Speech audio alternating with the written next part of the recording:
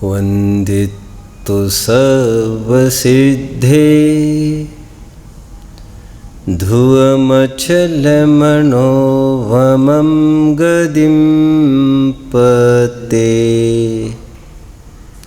वोच्छामि समयपाहुड मीनमोऽसुध केवली भणिदम् नमः समयसाराय स्वानुभूत्या चकासते चित्स्वभावाय भावाय सर्वभावान्तरच्छिदे अनन्तधर्मणस्तत्त्वं पश्यन्ति प्रत्यगात्मनः अनेकान्तमयी मूर्तिर्नित्यमेव प्रकाशिताम्।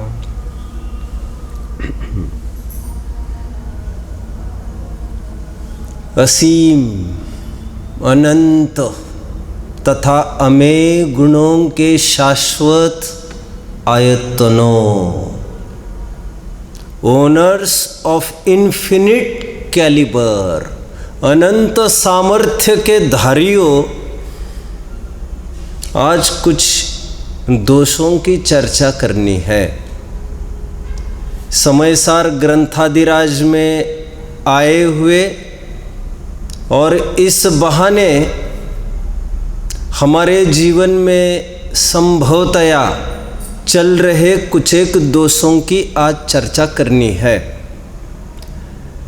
दोषों की केवल चर्चा ही नहीं करनी है, उनके अभाव का भी उपाय हमें विचारना है। लोक में कहावत है, to err is human. Hindi अर्थ है जो चूके सो आदमी, जो चूके सो मानव। और ये कहा जाता है जो चूके नहीं वो मानव कैसा। ये परिभाषा थोड़ी अखरती है, इसलिए मैं ये कहता हूँ टू अर्र इज ह्यूमन। क्यों? To improve is human. फिर से गिरकर उठना वह मानवता है, और उठकर फिर कभी भी नहीं गिरना वह अति मानवता है, भगवती पद है, भगवान का पद है। और पड़े ही रहना यह अमानवीयता है। चूक करते हुए भी चूक बने रहे, वो हटे ऐसा भाव नहीं होना, यह तो अमानवीयता, इनह्यूमन।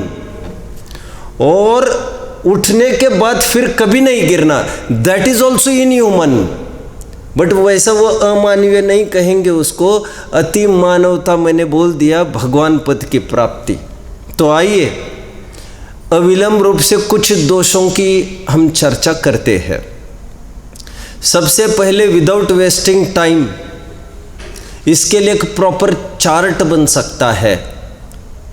चार्ट 3 कॉलम का बन सकता है, या आप बनाना चाहो तो 4 कॉलम्स का। I am talking about horizontal column 4 बनेंगे। पहला कॉलम तो बनेगा दोष, दूसरा कॉलम बनेगा स्वरूप, तीसरा कॉलम बनेगा परिहार, निवृत्ति, निराकरण, और चौथा कॉलम यदि आपको चाहिए तो रेफरेंस, संदर्भ, ग्रंथाधार, और अथवा तो आप पहले कॉलम में ही नीचे ब्रैकेट में लिख सकते हैं। तो आइए हम देखते हैं। पहले आपको इस बात को जानना चाहिए कि दोषों की चर्चा चरणान्योग के ग्रंथों में भी आती है। सम्यक दर्शन के 25 दोष बताए गए हैं। मैं जान सकता हूँ 25 दोष कौन कौन से हैं जो सम्यक्त्व को नहीं होते हैं निर्दोष सम्यक्त्वी के जो 25 दोष नहीं होते वे कौन से बता सकेंगे? 8 मद से रहित, वेरी गुड। शंका आदि 8 दोषों से रहित, वेरी गुड। 3 मूढ़ता से रहित, 6 अनायतनों से रहित। ये दोष कहते हैं। तत्वर सूत्र हम पढ़ेंगे तो एक एक व्रत के 5-5 अतिचार भी कहे हैं। सो क्या 12 व्रत के अतिचार पन न लगावे। वैसे आज फिर एक दूसरा विषय ज्ञान में आया तो आपको वैसे ही पूछूं, क्यों जी? तत्वर सूत्र में कितने दोषों की चर्चा है? तत्वर सूत्र में कितने दोषों की चर्चा है?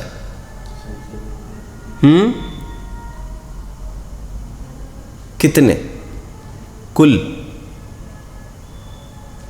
मैं बोल देता हूं, आप ज़्यादा टाइम ले रहे हैं, आज टाइम की कमी है। 12 व्रत के अतिचार पन ना लगावे। ये तो 60 अतिचार तो हो ही गए। एक एक व्रत के 5-5 अतिचार। अहिंसा व्रत के 5 अतिचार बताए हैं, सत्यव्रत के आदि आदि देखना चाहिए आपको। और इसके अलावा सम्यक्त्व के 5 अतिचार कहे हैं और सल्लेखना के भी 5 अतिचार कहे हैं। 70 अतिचारों की चर्चा तत्वर सूत्र के 7वें अध्याय में आपको मिल जाएगी। अक्सर हम भूल जाते हैं सम्यक्त्व के और सल्लेखना के अतिचार को गिनाना। एनीवे, मुझे तो यह कहना है दोषों की चर्चा चरणान योग के ग्रंथों में भी आती है, लेकिन ये आध्यात्मिक ग्रंथ है, इसमें दोषों की चर्चा आएगी तो पूरे न्याय से पुष्ट चर्चा चलेगी। वैसे कल हम पढ़ रहे थे जयचंद जी के शब्दों में समापन समय सार का, क्या कह रहे थे वे? यह न्याय का ग्रंथ है। द्रव्य नियोग में न्याय की मुख्यता होती ही है। हालांकि तत्वर सूत्र भी द्रव्य नियोग का ग्रंथ और वो भी न्याय ही है कि इन दोष से रहित और इन गुणों से युक्त सम्यक दर्शन होना चाहिए, सल्लेखना होना चाहिए, अहिंसा व्रत होना चाहिए। यह भी न्याय होता है, अन्वय और व्यतिरेक, क्या होना चाहिए और क्या नहीं। लेकिन यह प्योर वस्तु की सिद्धि का न्याय चलेगा, दोषों की चर्चा चलेगी। सबसे पहला दोष आपको लिखना है सर्वसंकर दोष, सर्वसंकर आदि, ऐसा लिखिए आप जरा, सर्वसंकर आदि।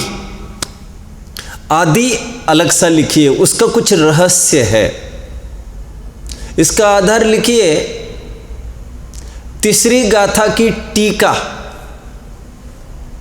इसका स्वरूप समझिए अभी जरा, क्या कहना चाहते हैं? एक द्रव्य दूसरे द्रव्य रूप होना, हरेक द्रव्य अन्य द्रव्य रूप होना, किसी भी कोई भी द्रव्य किसी अन्य किसी भी द्रव्य से अथवा सभी द्रव्यों से एक रूप होना, उस रूप होना, दैट इज सर्वसंकर।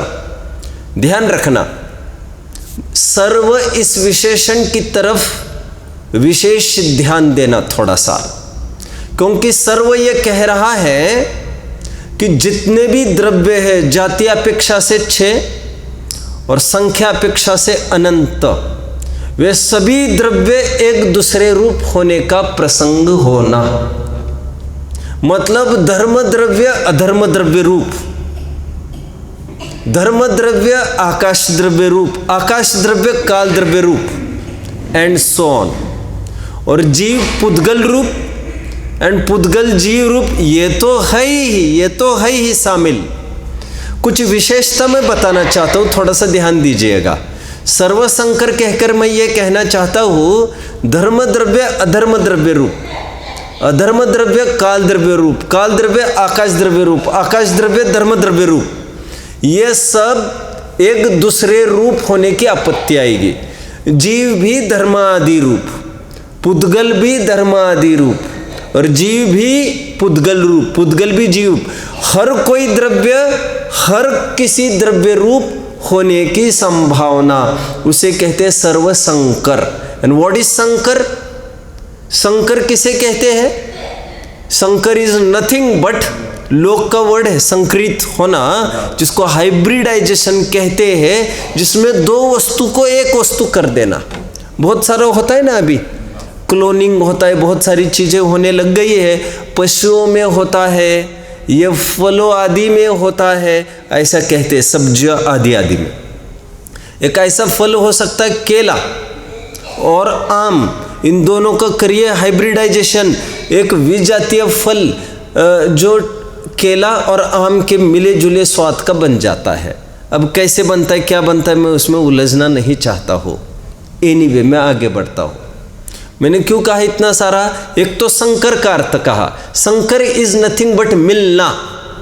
मिलना मतलब फिर दो रूप रहकर नहीं, फिर दो वस्तु एक वस्तु रूप ही हो जाना, तभी तो वो मिले कहलाएगा। दो वस्तु के दो ही रही तो फिर मिले कहाँ पर फिर वे। 5वां अध्याय आपको रिफर करना चाहिए, मोक्ष मार्ग प्रकाशक में टोडरमल जी ने काफ़ी ऊहापोह किया है जैनेतरों के साथ, जो ये मानते हैं कि यहाँ से जीव मुक्त होता है तो वह ईश्वर में विलीन हो जाता है। तो टोडरमल जी पूछते हैं, ईश्वर में विलीन होता है तो ईश्वर रूप होता है कि उससे अलग रहता है? यदि अलग रहता है तो विलीन हुआ, आपने कैसे बोला? और यदि एक ही होता है, ईश्वर रूप यदि होता है, तो फिर पुनरागमन की संभावना आप कैसे व्यक्त करते हो? आप फिर से आना पड़ेगा तो कौन आएगा फिर से नीचे? आदि आदि बातें। मैं तो ये कह रहा हूँ सर्वसंकर मतलब फिर सभी द्रव्य मिलकर एक ही हो जाएंगे। और फिर सबसे बड़ी बात है वो किस द्रव्य रूप हो जाएंगे, ये तो कोई नहीं बता सकता। अब उसका निराकरण कैसे होगा? तीसरी गाथा बहुत प्रसिद्ध गाथा है जो सच्ची ब्यूटी दिखाती है। And what is beauty? सुंदरता क्या है? हर एक वस्तु अपना अपना काम करे, वही सुंदरता है। एकत्व विभक्त, मैं मुझ रूप रहूं, तुम रूप रहो, ये सुंदरता है। लोक में अस्त व्यस्त हो जाए कोई चीज़, यहाँ की वस्तु वहाँ, वहाँ की वस्तु वहाँ, तो उसको डिसऑर्डर में हो जाए तो उसको कहते हैं ये अगली लुकिंग हो गया। और अच्छी चीज़ के लिए जहाँ जो वस्तु चाहिए वहाँ होना तो कहते हैं सुंदरता है। तो जो वस्तु है वो उस रूप ही बने रहना, ये सुंदरता। एकत्व विभक्त ये हर एक वस्तु का स्वरूप है, इसको लेकर विश्व व्यवस्था बनी है वस्तु स्वातंत्र्य की, यही सुंदरता है। और इस एकत्व विभक्तत्व के कारण, इस एकत्व विभक्तत्व के कारण हर एक वस्तु अपने अनंत गुणों से अभिन्न और पर द्रव्यों से भिन्न ऐसी बनी रहती है, अपनी एंटिटी और अपनी आइडेंटिटी स्वतंत्र बनाए रखती है हर एक वस्तु। यही इस वस्तु का जो स्वभाव है वह संकर नहीं होने देता। और वस्तु का स्वरूप ही ऐसा है कि जो संभावना व्यक्त की है अज्ञानी ने एक रूप होने की, वो हरगिज सर्वथा असंभव ही है। जैनेतरों में ऐसी कल्पना की है अर्धनारीश्वर के रूप में।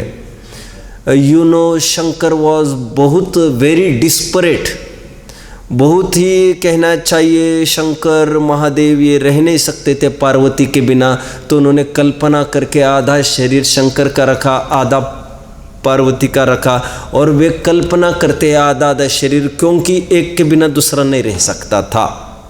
हालांकि ये महामोह की निशानी है और मान्यता में कदाचित कोई माने, लेकिन वस्तु स्वरूप में यह हरगिज संभव नहीं, हरगिज संभव नहीं। क्योंकि तुम जानते हो उसके आधे को लेने के लिए तुम्हें अपनी आधी सत्ता निपटानी पड़ेगी।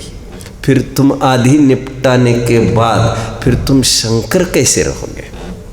भाई साहब, अभी वर्ल्ड नंबर 1 था कोई रैंकिंग में, पैसे में कोई चर्चा चल रही थी थोड़े दिन पहले, 1-2 महीने पहले, विद्वानों में ही मेरे कान पर आई, जो मैं आपको रख रहा हूँ। सबसे ज़्यादा पैसा जिसके पास, द वेल्दिएस्ट पर्सन जो था, शायद अमेज़न जो शिपिंग कंपनी है, ये जो आइटम्स बेचती है ऑनलाइन, वो उसका मालिक था।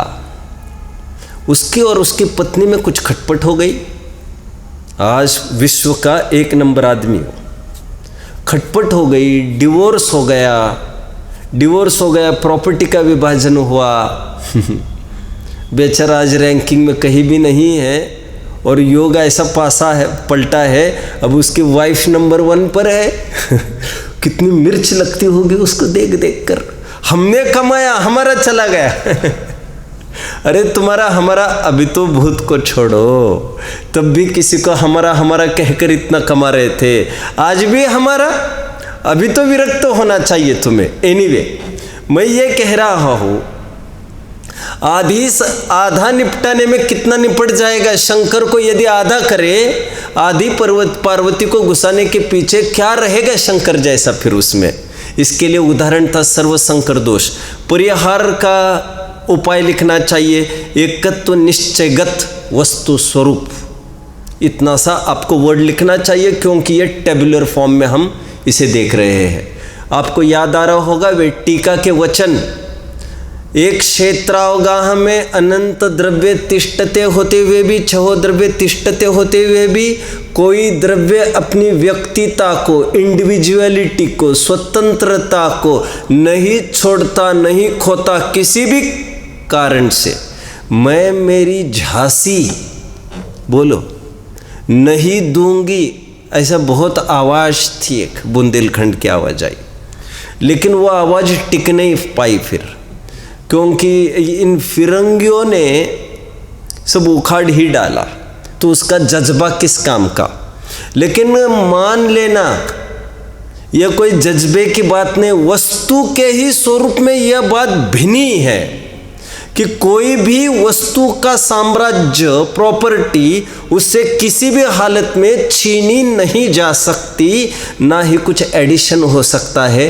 अगुरु लघुत्व गुण का विशेष अध्ययन करना चाहिए। त्याग उपादान शून्यत्व शक्ति का अध्याय कल परसों से चालू होने ही वाला है, हमारी 34वीं गाथा के बहाने। आज उसकी बात नहीं, किसी भी चीज में कुछ भी निकाला नहीं जा सकता और कुछ भी इंजेक्ट नहीं किया जा सकता। आगे बढ़ता हूं। अनंत द्रव्य अपनी व्यक्तिता को नहीं खोते हैं, इसलिए मैंने एक दिन कहा था, हाँ जैन दर्शन अत्यंत व्यक्तिवादी दर्शन है। लोक में कहते हैं व्यक्तिवादी नहीं होना चाहिए, सिद्धांतवादी होना चाहिए। व्यक्तिनिष्ठ बात मत करो, वस्तुनिष्ठ बात करो, क्योंकि जो व्यक्ति पर खड़ा होता है चीज़, तो वो व्यक्ति के जाने के बाद वो चीज़ भी धराशायी होने का प्रसंग बनता है। लेकिन मैं ये कहता हूँ जैन दर्शन वाकई में व्यक्तिवादी। व्यक्तिवादी का अर्थ यहाँ पर असमान जाति द्रव्य परे की मैं बात नहीं कर रहा हूँ, व्यक्तिता हरेक द्रव्य की स्वाधीनता की मैं बात कर रहा हूँ। अपन थोड़ा सा पढ़ भी लेते हैं उन वचनों को। तीसरी गाथा की टीका के कुछ अंश जो हमें कार्यकारी है उसको देख लेते हैं। तीसरी गाथा की टीका, आप अलर्ट रहिए सभी। देखिए, इसीलिए धर्म, दूसरी लाइन मतलब की बात मैं पढ़ूंगा। इसीलिए धर्म अधर्म आकाश काल पुद्गल जीव द्रव्य स्वरूप लोक में सर्वत्र जो कुछ जितने जितने पदार्थ है वे सभी निश्चय से, एकत्व निश्चय को प्राप्त होने से, एकत्व निश्चय गत, आप इतना ही लिखो मूल गाथा का वर्ड, सुंदरता को पाते हैं। क्योंकि अन्य प्रकार से मतलब ऐसा नहीं मानने से सर्वसंकर आदि दोष आते हैं। आपको क्लियर हो रहा होगा।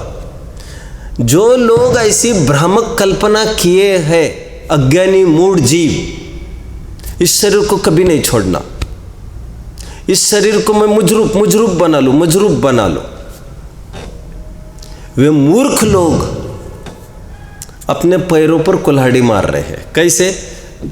शरीर को अपना बनाने का भाव मतलब जानते हो मेरे भाई? शरीर को अपना बनाने का फल का अर्थ, शरीर अनंत व्याधियों से घिरे शरीर को अपना बनाने का मतलब स्वयं अनंत व्याधियों से घिर जाना। अभी समझ में आया? शरीर को अपना बनाना मतलब शरीर के ये 9 द्वार बहे घिनकारी, इनको भी अपना बनाने की बात है। बोलो अभी बनाना है क्या? मैं हमेशा कहता हूँ, कुछ लोग ये कहते हैं हम पूजा करते हैं, पाठ करते हैं, इतना स्वाध्याय करते हैं, इतना शुद्ध खाते पीते हैं, इतनी क्रिया करते हैं और ये कहते हैं क्रियाकांड में कोई धर्म नहीं। मैं कहता हूँ थोड़ा होश में आकर सोचो, होश में आकर सोचो। क्या होश में आना साहब, हमको उड़ा दिया आपने। मेरे भाई तुम उस दिन की फिक्र क्यों नहीं करते हो जिस दिन तुम्हारे हाथ पैर कुछ भी हिलने के काबिल ही नहीं रहेंगे, तुम हर प्रकार से नाकाबिल हो जाओगे, दुनिया की दृष्टि में बिछाने में लेटे रहोगे महीनों। बनारसी दास जी की क्या हालत हुई थी, तब भी हम तुम्हारा धर्म सुरक्षित रखना चाहते, तुम समझते ही नहीं। हम तुम्हारे धर्म की हिफाजत कर रहे हैं और तुम समझ रहे हैं कि हम तुम्हारी संपत्ति लूटने आए हैं। वैसा हम तुम्हारा स्थायी धर्म का विचार कर रहे हैं। हम तो ये कर रहे हैं, आज 10-20 दिन अच्छा रूप रंग है तो आ रहे हो, मटक रहे हो यहाँ पर, लेकिन 20 दिन के बाद शाम ढलने के समय क्या करोगे मेरे भाई? ये सब रंग रूप बदल जाएगा। 2-2, 4-4 जन मुश्किल से भी पकड़ के लाए तो ठीक, नहीं तो मुश्किल पड़ेगी। भाई साहब डायपर सुबह से बांध दिया जाएगा, फिर क्या मालूम शाम को कौन खोलेगा कौन नहीं। हम तो ये कह रहे हैं उस दिन तुम्हारे हाथ पैर नहीं हिलेंगे, आवर्त नहीं दे सकोगे, आंख नहीं खोल सकोगे।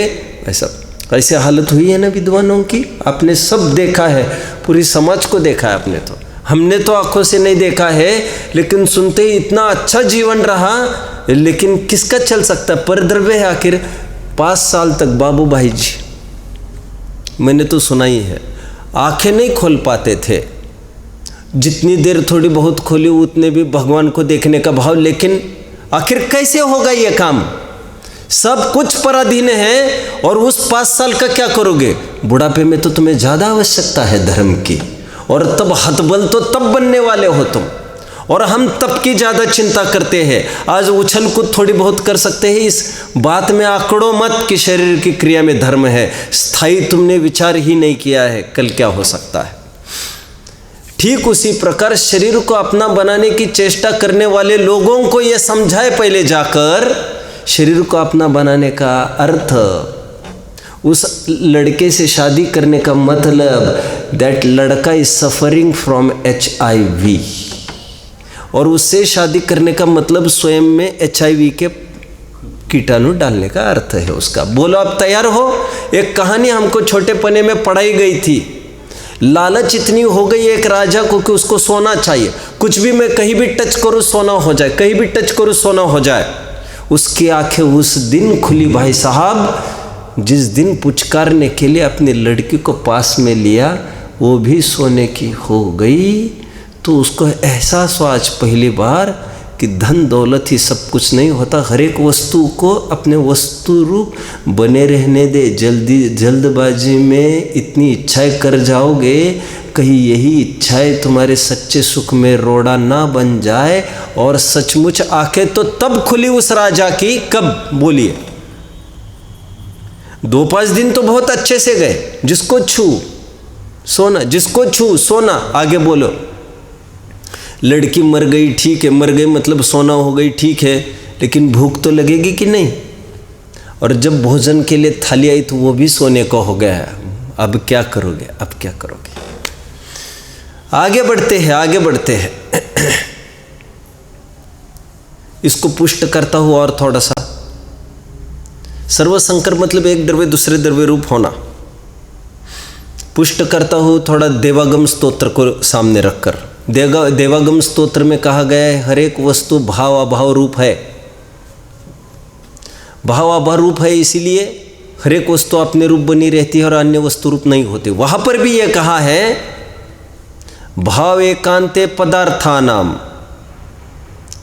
भाव एकांते पदार्थानाम भावनाम पन्नवात सर्वात्मकम मनद्यांतम स्वरूप मतावकम। कारिका देख लेना चाहिए 8वीं 9वीं आपको। उसमें क्या कहा है? कहते यदि भाव का ही एकांत करे और अभाव का हम निषेध करें, हर एक द्रव्य में रहने वाले भाव धर्म को तो हम माने और अभाव धर्म को नहीं माने, विभक्तपने को हटाए, तो क्या होगा? तो दूसरे द्रव्य को जो नो एंट्री बोर्ड था वो तुमने हटा दिया, तो दूसरे द्रव्य को भी मिलने का प्रसंग बनेगा। तो जितने भी द्रव्य है वे सर्वात्मक, एक रूप, सर्वात्मकम तदेकम, सभी द्रव्य एक होने का प्रसंग होगा, विश्व के नाश का ही प्रसंग आ जाएगा। और वहाँ पर कारिका आपको देखना चाहिए, उसकी टीका आपको रेफर करना चाहिए। मैं थोड़ी शीघ्रता में अभी आगे बढ़ूंगा। शंकर आदि जो लिखा है, आदि अंडरलाइन आप कर सकते हैं, वहाँ पर एक स्टार लगा सकते हैं। टेबल के बाहर स्टार का थोड़ा सा अर्थ करता हूँ मैं, क्योंकि यहाँ भी इतना लिखना संभव नहीं। कुछ महत्वपूर्ण दोष और गिनाता हूँ। जैसे एक व्यतिकर दोष कहा गया है। आदि जो कहा है ना इन्होंने, आदि में और कितना बड़ा पेटा है, थोड़ा वो विचार करते हैं। जैसे एक व्यतिकर दोष, व्हाट इज दिस व्यतिकर? एक द्रव्य दूसरे द्रव्य को कर सकता है, ऐसे व्यतिकर का अर्थ है। संकर मतलब क्या था? यदि हम एकत्व विभक्तता को नहीं माने, हर वस्तु की स्वाधीनता को हम स्वीकार न करके उसको चुनौती देने लग जाए बार बार, तो उसमें आपत्ति क्या होगी? एक द्रव्य दूसरे द्रव्य रूप हो जाएगा। इतनी ही बात नहीं, ये तो संकर दोष। लेकिन कहते एक द्रव्य के दूसरे द्रव्य के करने का भी प्रसंग आएगा, व्यतिकर दोष। अंग्रेज भारतीय मय हो जाए तो इतनी बात नहीं, वो माथे पर चढ़कर उनको गुलाम भी बनाने में आगे पीछे देखने वाले नहीं है। तो किसी को घुसने मत दो यहाँ पर। कोई द्रव्य किसी द्रव्य रूप नहीं होता। इसलिए अभी भी कुछ बीच में बात आई थी ना, वो बाहर के देश वाले जितने लोग हैं और इतने साल से ज़्यादा है, तो ही उनको वीज़ा पासपोर्ट जो भी वो मतलब सॉरी, ये उनका वो भारतीयत्व का नेशनलिटी उनको मिल जाएगी, और जो रिसेंट आए हैं उनको नहीं मिल सकती आदि आदि, क्योंकि उनका समर्पण हमने देख लिया इतने सालों से। मैं आगे बढ़ता हूँ। व्यतिकर दोष एक बताया, एकत्व विभक्तत्व को नहीं मानते हैं तो एक द्रव्य दूसरे द्रव्य रूप हो जाएगा, संकर दोष। एक द्रव्य दूसरे द्रव्य का कारण हो जाएगा, व्यतिकर दोष। अधिकरण दोष तीसरा, ये टेबल में आपको कुछ नहीं लिखना है मैं कहने के पहले, ये सब टेबल के बाहर। अधिकरण दोष मतलब हर एक वस्तु का आधार हर एक अपनी वस्तु ही है, और एकत्व विभक्तत्व को मानने से ये सिद्ध होता है। लेकिन एकत्व विभक्तत्व को न मानने से क्या आपत्ति आएगी? आपत्ति यह आएगी कि फिर अधिकरण दोष आएगा, दोनों वस्तु का आधार एक ही सिद्ध होगा, और यह कभी भी संभव नहीं है। आगे बढ़ते। अभी जुड़वा बच्चे पैदा होते हैं ना, दिखाया जाता है कुछ ऐसा, जिसका भाई साहब आप ये भावना कदापि नहीं भावना कि मैं साथ जिएंगे साथ मरेंगे, मेड फॉर ईच अदर। अपने भावना भाई, हाँ, गले की हड्डी बन जाएगी वो, न उगलते बनेगा न निगलते बनेगा, ऐसा परिणाम करता है जीव। अपने फोटोज देखे होंगे भाई सब, कुछ ऐसे ऐसे जन्मते हैं कि ये पेट दोनों का एक ही है, मुख दो अलग अलग। इतनी विचित्रता क्यों? आखिर क्यों? पूर्व भाव में किसी ने भावना भाई थी, इसके बिना नहीं, इसके बिना नहीं। बहुत खराब हालत है, धन संपत्ति के बिना नहीं होता, नहीं रहना है, वही कुत्ता बन जाते, वही बैल बन जाते, वही सांप बन जाते हैं। इस मंदिर के बिना नहीं रह सकते, इसके बिना नहीं रह सकते, उसके, अरे वही पृथ्वी का एक बन जाओगे, और क्या क्या बनोगे? कुत्ते बनकर भी वही वही आसपास मंडराते रहोगे। उदात्त भावना भाव नहीं रहना मुझे यहाँ पर। बनारसी दास जी ने क्या भावना भाई जाते समय? अरे जाओ, कौन इंटरेस्टेड है, who is interested in living with fools, sorry, with persons like. कौन, किसको मजा आ रहा है आपके साथ रहने में? ज्ञान कुतक का हाथ मारी अरि मोहना, प्रगट्यो रूप स्वरूप अनंत जुसोहना, जाको पर जय अंत सत्य कर मानना, चले बनारसी दास फेर नहीं आवना। विद्वान भी नहीं चूकते हैं ऐसे। उनके फ़ोन में देखो, पति पत्नी के एकदम नज़दीकी के फ़ोटो होते हैं। अभी इनके फ़ोन में एक बच्चे का फ़ोटो था, और जितना अटैचमेंट है, या फ़ोटो वहाँ फ़ोटो, जितनी अटैचमेंट है वो तरसाएगी, तड़पाएगी वो। जल्द से जल्द इससे हम दूर हटे। आगे बढ़ते हैं। कुछ कह रहा था मैं, अधिकरण हो गया। जो ऐसी भावना बहते हैं तो उनका एक्चुअली संकर होता है। संकर तो वस्तु स्वरूप में क्या होता है, लेकिन दो खोपड़ियाँ, अरे भाई साहब आप ज़्यादा सोच ही नहीं रहे हो, तो क्या हो गया, तो क्या हो गया, अरे तुम सोच ही नहीं रहे हो। लैट्रीन, बाथरूम, और कभी तुम 8 साल के भी होंगे, 10 साल के, तुम कल्पना नहीं कर रहे हो मेरे भाई। तुम एक काम करो, एक दिन की तुम कल्पना करो, चलो बांधे रखेंगे हम तुमको, बांधे रखेंगे एक ही दिन। मुश्किल पड़ जाएगी, ये कहेगी मुझे ऐसा सोना, वो कहेगी मुझे ऐसा सोना। अब क्या करेंगे? अभी फिर दूसरी माला गिनते फिरो, कौन सी, पर ये छूट जाए, पर ये छूट जाए, नहीं चाहिए, नहीं चाहिए, नहीं चाहिए, नहीं चाहिए, ऐसा। और फिर एकदम अभावग्रस्त बन जाएंगे। अरे जो जैसी स्थिति है उससे भेद विज्ञान करो, अमुक चाहिए, अमुक नहीं चाहिए। आप कोई नियंता नहीं हो सृष्टि के। आगे बढ़ता हूँ मैं। अधिकरण दोष के बाद परस्पर आश्रय दोष। एक द्रव्य दूसरे द्रव्य के आश्रय से, दूसरा द्रव्य दूसरे द्रव्य के आश्रय से, मतलब कुल मिलाकर हम दोनों भोजन करने बैठेंगे, मैं आपको खिलाऊंगा, आप मुझे खिलाना, आपके आश्रय से मैं, मेरे आश्रय से आप। तो फिर ये सब बातें हैं, और एक द्रव्य में दूसरे द्रव्य का ये परस्पर आश्रय दोष की भी आपत्ति आएगी। ऐसे मैंने महत्वपूर्ण कुछ एक दोष गिनाए हैं। एकत्व विभक्तत्व को नहीं मानते हैं तो टेबल में आइए आगे बढ़ते हैं। अभी हमें एक दोष देखना है, आपको दोष लिखना है अतिव्याप्ति दोष। मैंने मेरी बुद्धि से खोज कर लिखा है, क्योंकि ये शब्द स्पष्ट रूप से नहीं है कहीं। आप वैचारिक स्वतंत्रता रखना, आपको जैसा लगे आपको जमेगी। लेकिन अतिव्याप्ति दोष कहाँ पर आया है? 6वें कलश का प्रकरण है। आपको आधार लिख सकते हैं 6वें कलश की टीका। क्या लिखते हैं वहाँ पर, प्रकरण क्या चल रहा है?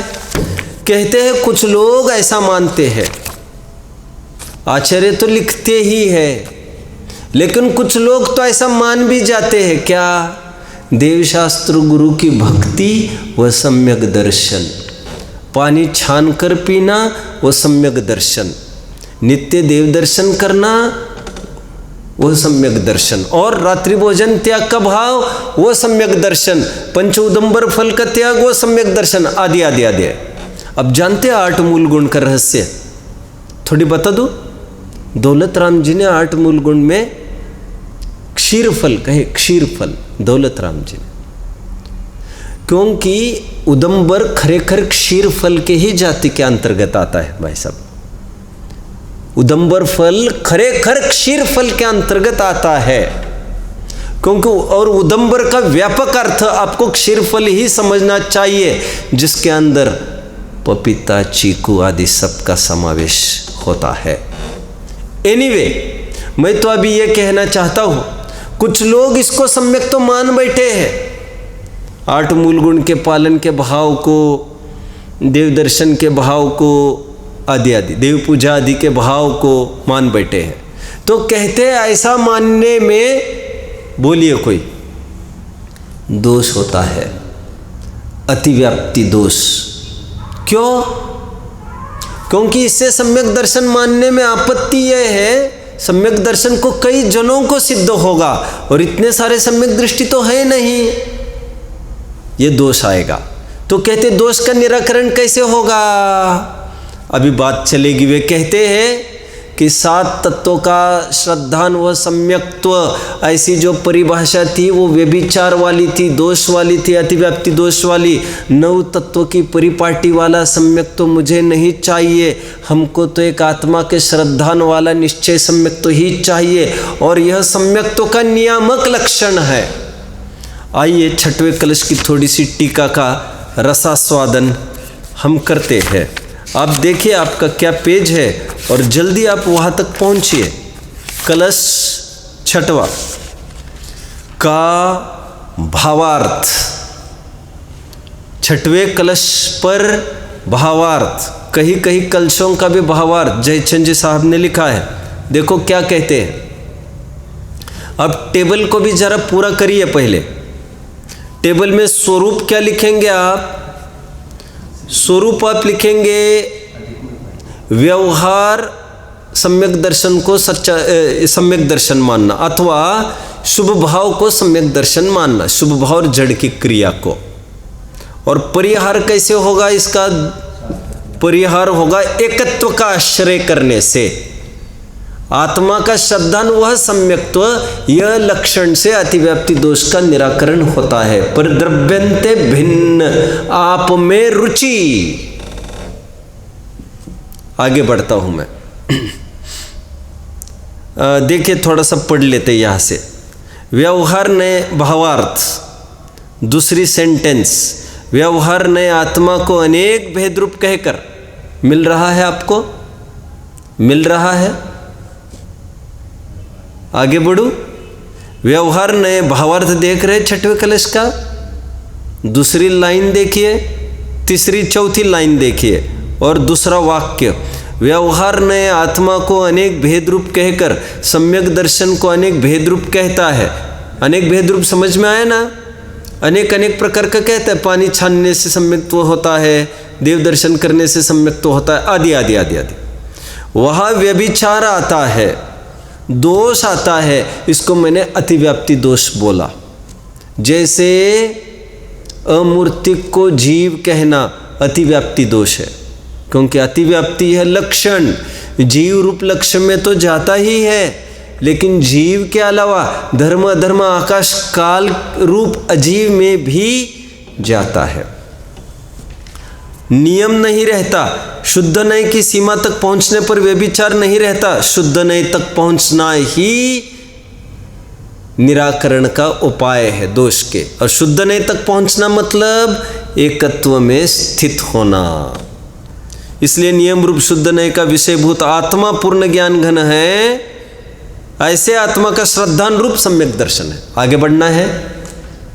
दूसरा हमने दोष देखा, मैंने इसका नाम मेरी तरफ से दे दिया, इन्होंने इतना ही बोला था, इतना तो हमको करना ही पड़ेगा। कुछ कह रहे भाई साहब? हाँ, व्यभिचार और दोष को पर्यायवाची कह रहे हैं। ठीक है, अभी तीसरे नंबर पर आइए, जो हम अभी अभी देख चुके हैं, जिस पर बहुत खुलासे की आवश्यकता नहीं, लेकिन महत्वपूर्ण कुछ बात जरूर कहूँगा। गे ज्ञायक संकर दोष, गाथा 31वीं की टीका, मूल गाथा में तो नहीं है ये कही। क्या है गे ज्ञायक संकर दोष? कुछ ज्ञेयों को ज्ञान मानना, ज्ञायक मानना।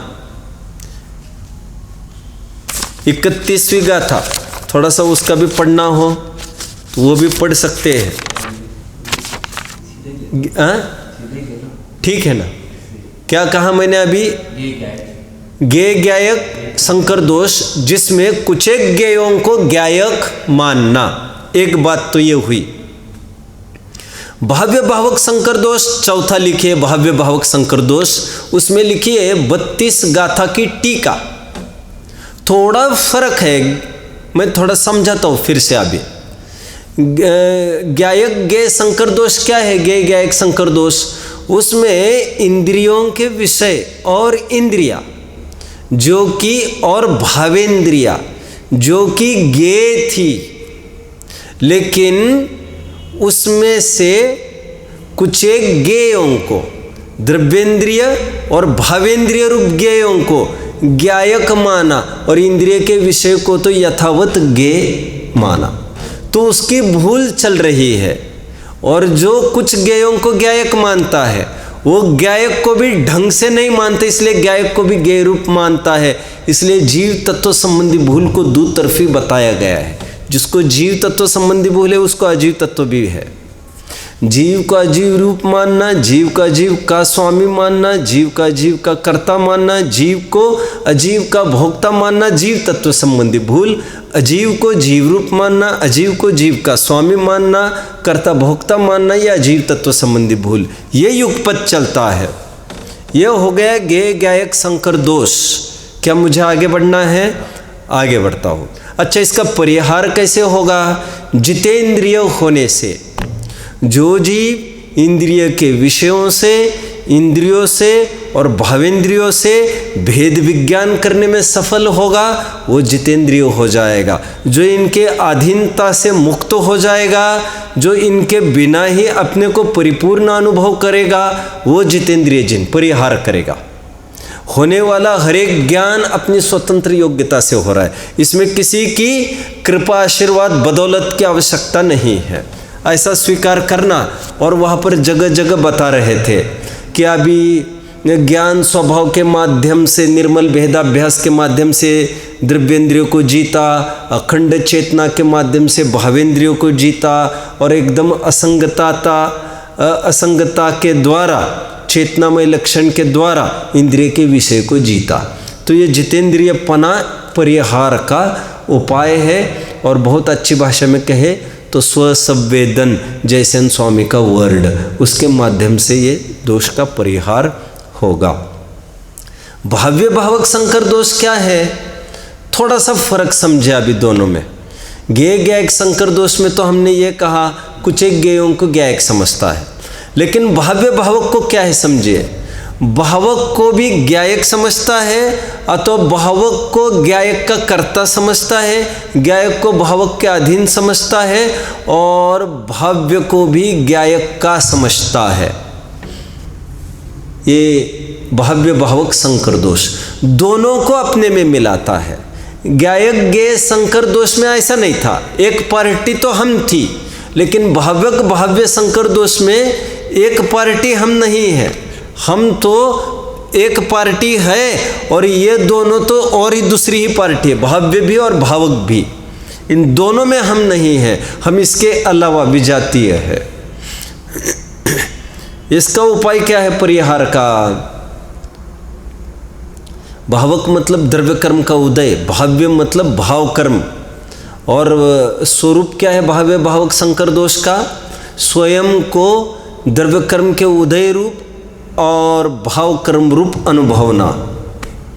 और उसका परिहार कैसे होगा? वहाँ पर आई थी क्या?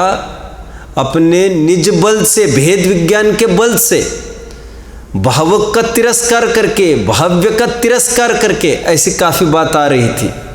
फिर मैं कहूँगा इसके परिहार का उपाय जितमोह जिन होकर, मतलब भेद विज्ञान करे, राग आदि रूप नहीं परिणमे। क्योंकि ऐसा भिन्नता राग आदि से मानने पर, पर्याय में देखने पर राग आदि रूप परिणमेगा भी नहीं, और वह 11वें गुणस्थान की प्राप्ति जल्द ही कर लेगा। आगे अंतिम दोष की चर्चा। अंतिम इतराश्रय दोष। वैसे परस्पर आश्रय मतलब ही इतराश्रय, ऊपर एक देख चुके हम सर्वसंकर आदि में। अभी इसमें थोड़ा फर्क समझ में आ रहा है आपको? अंतिम दोष की तरफ बढ़ने के पहले थोड़ा सा, एक सर्वसंकर दोष है और एक ज्ञेय ज्ञायक संकर दोष में कोई अंतर करेगा? इसलिए मैं बार बार स्ट्रेस दे रहा था सर्वसंकर दोष में धर्म द्रव्य अधर्म द्रव्य रूप होना। अब एक ज्ञेय ज्ञायक में ऐसा कोई बात नहीं है। ज्ञेय ज्ञायक में ज्ञान और ज्ञेय इन दोनों का एक रूप होने का प्रसंग। लेकिन सर्वसंकर इसलिए कहा क्योंकि वो विश्वव्यापी है। हालांकि ज्ञेय ज्ञायक भी है तो विश्वव्यापी, क्योंकि ज्ञेय में क्या बचा, लेकिन ऐसा होने पर भी ज्ञेयों में भी परस्पर में एक कहना चाहिए सर्वसंकर उसको भी कवर करता है, वो परस्पर के ज्ञेयों के। ये मौलिक बात। अभी इतराश्रय दोष की चर्चा करते हैं, जो आपको मिलेगी गाथा 69 की टीका में। इसको थोड़ा पढ़ सकेंगे हम, क्योंकि अभी अंतिम ही दोष चल रहा है और 5-6 मिनट इसको लगेंगे बस। क्या है इस दोष का स्वरूप? द्रव्य कर्म से भाव कर्म होता है और भाव कर्म से द्रव्य कर्म होता है, ऐसा अज्ञानी मानता है। और ऐसी मान्यता वह इतराश्रय दोष है। यह इसके आश्रय से और वह उसके आश्रय से। थोड़ा आप यहाँ पर ध्यान दीजिएगा। अभी क्या मानता है वो? द्रव्य कर्म का उदय है तो भाव कर्म रूप तो परिणमन होगा ही साहब, और भाव कर्म होगा तो द्रव्य कर्म तो होगा ही होगा बंद, क्योंकि कर्म तो ढिलाई नहीं करता। अचेतन के कंप्यूटर में तो और भी भूल नहीं होती। तो राग तुम यहाँ करोगे तो कोई पार्शियलिटी नहीं होगी, वहाँ पर तो कर्म बंधेगा। अभी और तुम एक नई भूल क्या पाले हैं कि द्रव्य कर्म का उदय होगा तो राग आदि भी परिणमित होगा। जैसे सांख्य भाई प्रकृतिगत मानते हैं सब, राग द्वेष मुझ में हुए, मैं क्या कर सकता हूँ, तो प्रकृति ने कराए, ऐसा भी मानते हैं। उसी प्रकार ये भी अपना अपराध दूसरों के माथे मढ़ना चाहता है। हाँ, अनावस्था की तरफ मैं अभी आता हूँ थोड़ी देर में। तो अभी तो अनावस्था को मैं थोड़ा खोलूँगा। अभी देखिए क्या है इसका अर्थ। द्रव्य कर्म से भाव कर्म, भाव कर्म से द्रव्य कर्म मानने में क्या आपत्ति है? आपत्ति ये है फिर ऐसे में कभी भी संसार का छेदन नहीं होगा। तो स्वरूप तो आपने लिखा होगा, द्रव्य कर्म से भाव कर्म, भाव कर्म से द्रव्य कर्म, ऐसा इसका स्वरूप। अब परिहार कैसे होगा इस दोष का? देखिए, आपको थोड़ा फिगरेटिवली मैं समझाने का प्रयास करता हूँ। आप एक तरफ लिखिए द्रव्य कर्म, एक तरफ लिखिए भाव कर्म। लिखा? अभी ऐसा करिए, इसको ऊपर से ऐसा एरो खींचिए। द्रव्य कर्म से भाव कर्म होता है और फिर भाव कर्म से द्रव्य कर्म होता है, फिर एरो खींचिए, ये गोलाकार बनाइए। जैसे इकोलॉजी में आपने पढ़ा होगा साइंस में, वो वनस्पति होती है, वो सड़ती है, डीके होता है, कंपोज होता है, डिकम्पोज होता है, फिर से वो खाद बनता है, फिर वनस्पति, फिर प्राणी खाते हैं, फिर ऐसा ऐसा सब साइकिल आपने देखा होगा पुस्तकों में। तो रिसाइकल, उसी प्रकार ये साइकिल इसके दिमाग में चल रहा है, संसार चक्र ऐसा है। आचार्य देव ये कहते हैं कि ये जो चक्र तुमने ऐसा बनाया है, द्रव्य कर्म से भाव कर्म, भाव कर्म से द्रव्य कर्म, ये तो ऐसी चक्री घूमेगी, लेकिन ऐसा है नहीं वस्तु स्थिति। वस्तु स्थिति क्या है? कहते द्रव्य कर्म, फिर लिखो भाव कर्म वैसा का वैसा, फिर उसके आगे लिखो द्रव्य कर्म, फिर उसके आगे लिखो भाव कर्म, और इसको स्ट्रेट लाइन खींचते जाओ, एरो एरो बीच में।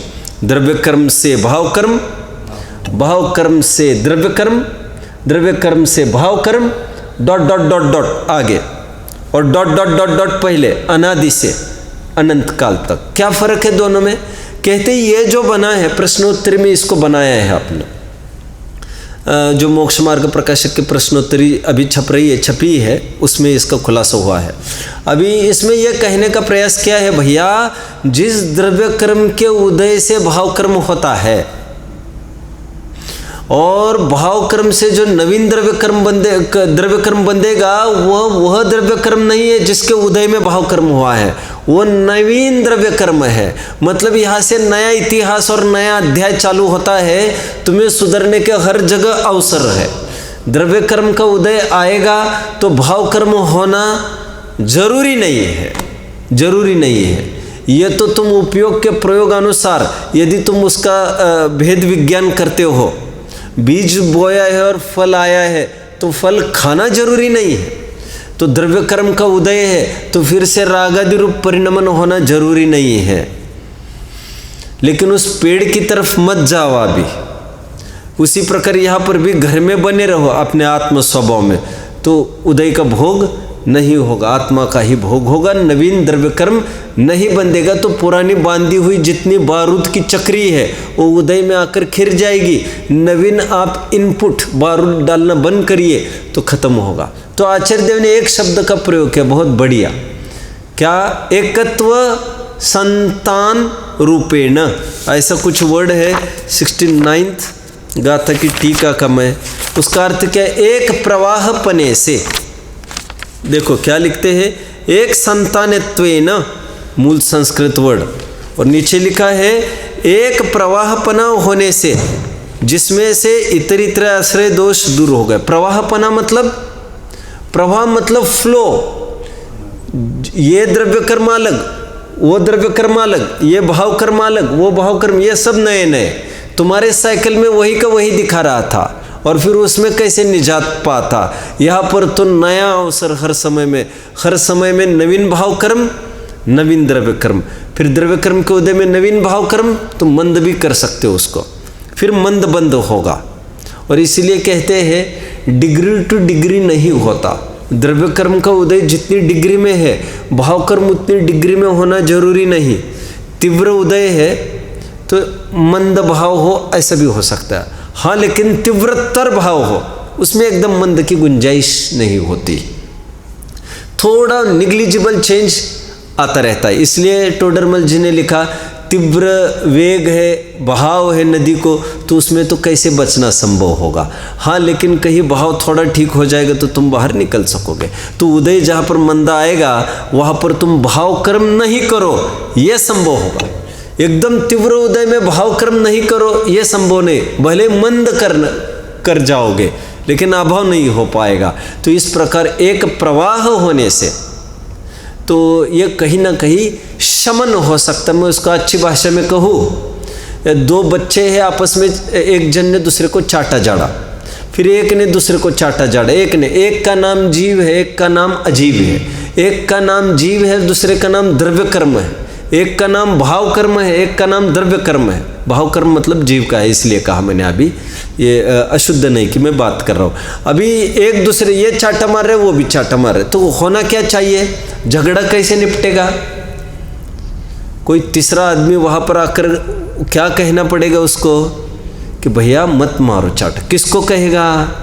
समझदार को कहेगा, क्योंकि वो समझ सकता है।